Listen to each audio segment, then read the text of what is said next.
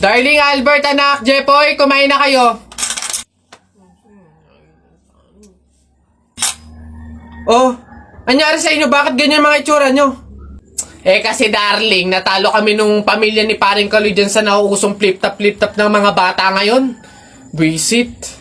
Baka naman kasi hindi mo kinausap ng ayos. Tsaka, sa mga flip-top na yan, bakit ba naman sasali pa kayo sa mga ganyan? Away, bata lang yung mga ganyan eh. Tara nga kay paring Kaloy, samahan nyo ako, kausapin natin na maayos. Maayos ha, mahinahon.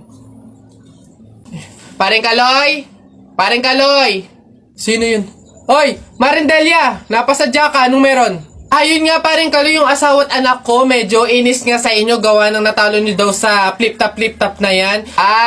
Oo. Wala naman problema sa akin kung talagang mayayabang kayo. Wala naman problema kung natalo nyo sila sa flip-top na yan. Pero ang sa akin lang naman away bata yung mga yan. Malalaki na tayo, wag na tayong makisali pa. No? Sige paring Kaloy, una na kami. Salamat, sige. Dog ka ng dog! Nakita ko yung tatay mo tinutuli sa ilog na tira itlog! Ano? Asawa ko yan, darling! Abate ka, biglaan to Alam ko trabaho ng tatay mo, tanod. Nakita ko sa ilog, inaanod!